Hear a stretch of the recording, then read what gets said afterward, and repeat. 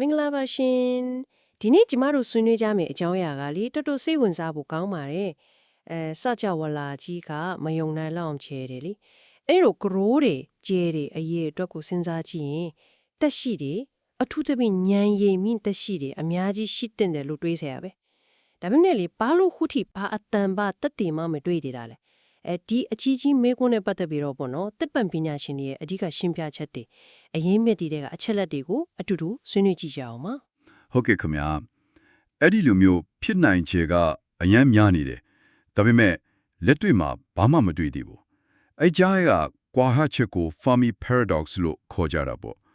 ဒီချက်လက်တွေကအဲ့ဒီ paradox ကိုဖြေရှင်းဖို့ကြိုးစားနေတဲ့အဓိက theory တွေစီကိုညွှန်ပြနေတာပါဟုတ်တစ်စင်တူပြီးတော့တက်ရှိရှင်တန်နိုင်ချီရှိတဲ့ကျိုးပေါင်းတန်းဆက်ကနန်းချီရှိနိုင်တယ်လို့ခန့်မှန်းကြတယ်ဟာဒီကနန်းတွေကတော့တကယ်ကိုစဉ်းစားလို့တော့မပေါက်ဘူးနော်ဟုတ်တယ်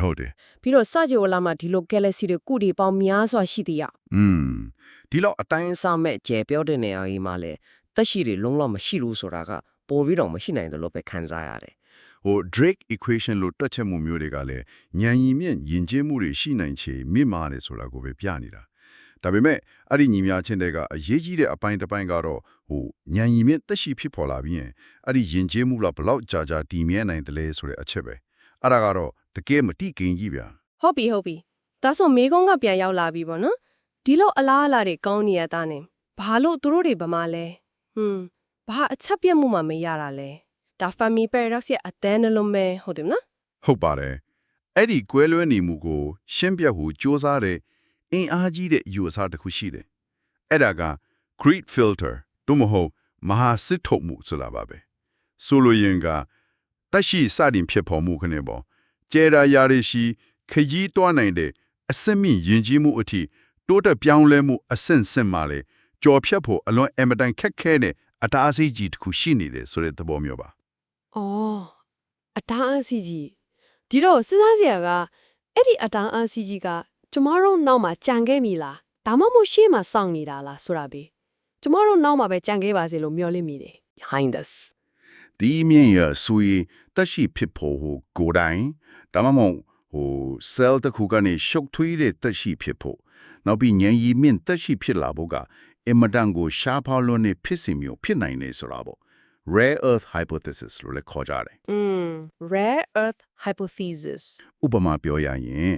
ကဘာမှာတက်ရှိတွေကောင်းကောင်းအခြေတည်နိုင်ခဲ့တာကသူ့ရဲ့လအရွယ်အစားကြီးမားမှုကြောင့်ဝင်ရိုးစွန်းတင်ဆောင်မှုကိုတည်ငြိမ်စေတယ်အဲဒါကြောင့်ယာတိဥဒုမှန်ကန်စေတာမျိုးနောက်ဘူမိပြားလေးလှုပ်ရှားမှုရှိနေတာမျိုးလို့အချက်ပေါင်းများစွာရဲ့ကံကောင်းလေးပေါင်းစပ်မှုကြောင့်ပေါ့ဗျာဒီလိုအခြေအနေမျိုးကစัจ java လာမှာတော်တော်လေးရှားပါနိုင်တယ်ဟုတ်ကဲ့ဒါဆိုရင်ကျွန်တော်တို့ဟာဒီ filter ကိုကြော်ဖြတ်လာနိုင်ခဲ့တဲ့ရှားရှားပါးပါးတွေကတစုဖြစ်နေနိုင်တာပေါ့ပညာကြောင့်ကိုယ့်ကိုဖြတ်စည်းတာမျိုးလားအခုကမ္ဘာအခြေအနေတွေပြန်ကြည့်ရင်ဒါကတော်တော်စိတ်ပူစရာအတွေးပဲဟုတ်ကဲ့အဲ့ဒါဒုတိယဖြစ်နိုင်ချေပေါ့ filter ahead of us ဆိုလိုတာက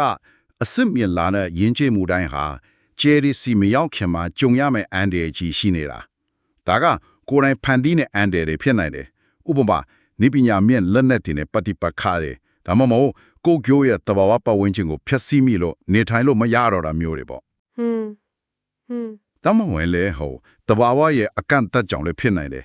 အလင်းရဲ့အမြန်နှုန်းကန့်သတ်ချက်လို့အခြေခံယူဝဗေဒနေရာမတွေကြောင့်လေ